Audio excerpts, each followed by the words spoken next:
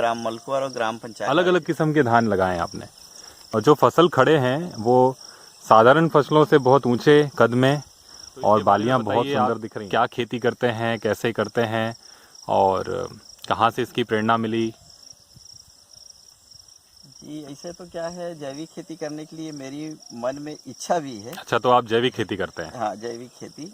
और इसी बीच में क्या है, दीपक जो सर मिले दल्ली राजभर से, हाँ, और उनके मार्गदर्शन से मेरे को अलग अलग देसी प्रजाति का धान के बीज भी मिला। अच्छा, वो सब लगे हुए हैं अलग अलग, आप देख सकते हैं 8-10 प्रकार के देसी, और उसमें से 4-5 प्रकार के धान के बिजाई हो चुके हैं। हाँ, ये 4-5 प्रकार के धान की बाकी है, लेकिन अभी तक जो जैसा मिला है उसमें जैविक खेती में, जिसमें गौमूत्र गोबर आधारित जीवामृत डाल के इसमें अभी पैदा कर रहा हूँ, मैं तो बहुत संतुष्ट हूँ। किसी प्रकार के मुझे कोई तकलीफ नहीं है। और आनंद की भी बात है कि अपन जो देसी प्रजाति, जो पहली परंपरागत सियान मन के जमाना के जो चीज मोला देखे जाने मिली, जे है कुछ कुछ लुप्त हो गई, जैसे सेफ्टी गुरुमतिया है, लालिया जान है, वो सब धान मतलब बोना चालू करे हो सर जी के माध्यम से।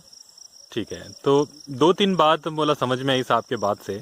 पहला बात, आप जिक्र करे हो जैविक खेती के, तो ये बताओ कि जैविक खेती से आपके क्या तात्पर्य है, क्या समझते हो? मतलब जैविक खेती के बारे में आज बहुत चर्चा हो थे, पेपर में भी सुने पर मिलते, अधिकारीगण भी, किसान मन भी बात करत थे। फिर जैविक खेती के मतलब आप, गोकुल पटेल जी, अपने परिभाषा में बताइए, आप किसको जैविक खेती मानते हो? देख, जैविक जो सामान है, कोई भी चीज जैविक, जैसे जैविक के मतलब वही है जैसे अपन परंपरागत पहले जमाना में सियान मन में कोई किसी प्रकार की कोई राखा डीपी यूरिया नहीं डाले। हाँ, शुद्ध मतलब जो धान पैदा करे, उकर जो क्वालिटी और गुण अच्छा रहे, जेकर से खून की मात्रा बने, खून की उत्पत्ति होए, शुगर फ्री रहा है। बहुत जमाना में कभी शुगर का है ओला नहीं जाने, डोगरा बाबा मन के जमाना में। सही बात। तो यही सोच के मोर सोच आगे जो पीढ़ी हमारे है, ओला एक नया संदेश समझे या जैसे भी समझे, लेकिन इस चीज को मैं संकल्प लिया हूँ, तो जब तक इस दुनिया में रहूंगा ये चीज को मैं करते रहूंगा। बहुत सुंदर, बहुत मैं कहूँ कि छोड़ूंगा नहीं, काबर कि इससे मेरे को कभी कभी हम लोग देसी खुद घर में चावल खाते हैं तो बहुत बढ़िया लगते, गुत्तुर गुत्तुर लगते, घर के परिवार भी खुश, अच्छा लगे, इसका बढ़िया लगी सब घर के चावल खाए थे, ऐसे करके बोलते। तो यही इसी संतुष्ट से मैं सब चीज ला सोच। बिल्कुल भैया, आपने बहुत अच्छी बात कही कि जैविक, जैसे आपका अपना संकल्प हो गया, आपने एक संकल्प लिया है कि भाई मैं जब तक जीवित रहूंगा तो ऐसे ही खेती करूंगा, रासायनिक और ये जहर वाली खेती नहीं करूंगा, मतलब विषमुक्त खेती करूंगा। ये तो बहुत सुंदर आपने बात बताई।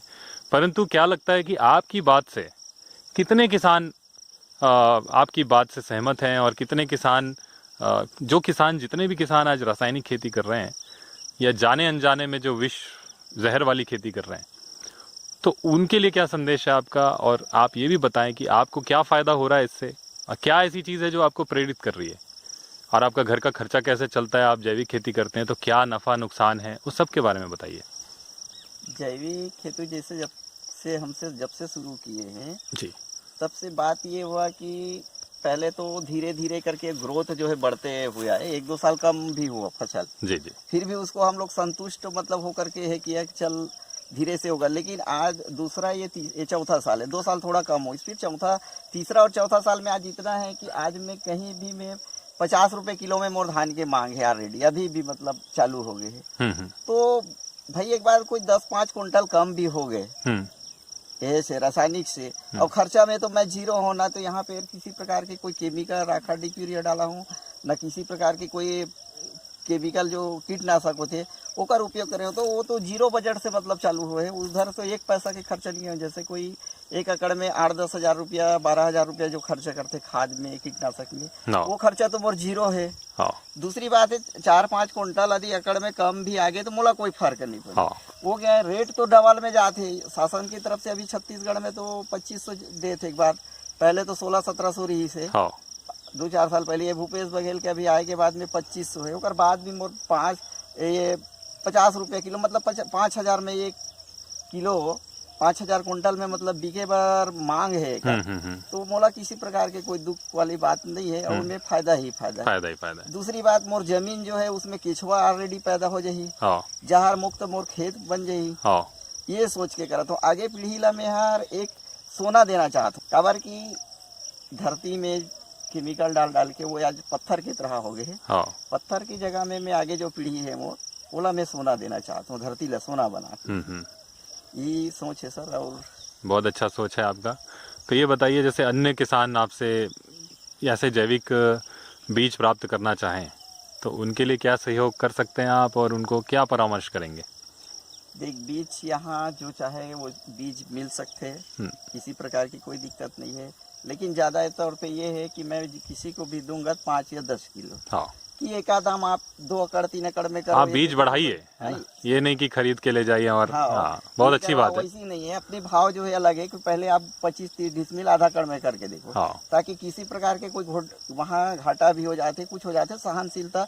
हमारा तो कहना ये है कि घाटा नहीं हो गया, हमको पता है ना, लेकिन उनको विश्वास नहीं है, इसलिए 5-10 किलो ही देना है। बहुत अच्छा। यही सोच के, किसी को ये नहीं कि मेरे पास इतना बीज है तो आप ले जाओ 2 एकड़ 3 एकड़ में कर लो, ऐसी मेरी सोच। ये बहुत अच्छी बात आपने बोली कि कोई भी किसान है जो जैविक खेती सुना तो जरूर है, जाना भी है, पर पूर्णता नहीं जाना है।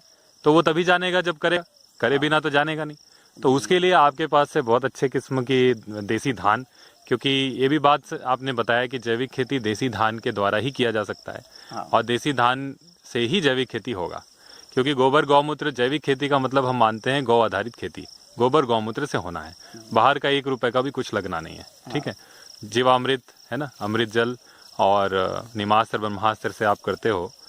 तो अन्य किसान को ये समझना है कि पहले वो एक प्रयोग के रूप में अपने खेत के छोटे से हिस्से में कोई 1 धान 2 धान आपसे ले जाए, है ना, 1 ही ले जाए, और उसको लगा के देखे और उसको अच्छा लगे, है ना। भाई अपने खाने के लिए भी तो उगा ही सकता है ना। आधे एकड़ में, 1 एकड़ में भी उगा सकता है। तो वैसे के लिए ले जाए और लगाए, और उसके बाद फिर उसको अपना निर्णय खुद ले कि सच में उसका धान अच्छा हुआ कि बुरा हुआ।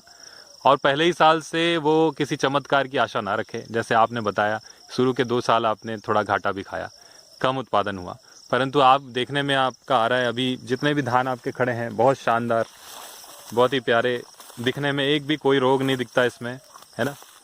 और आपने बताया कि बहुत ज़्यादा आप इसका देख रेख भी नहीं करते हो, है ना, बहुत ज़्यादा इसमें मेहनत नहीं करते आप, है ना। करने की ज़रूरत ही नहीं है, क्योंकि आपका विषमुक्त लगभग हो चुका है आपका ज़मीन 3-4 साल में, और आपके धान बहुत अच्छे दिख रहे हैं।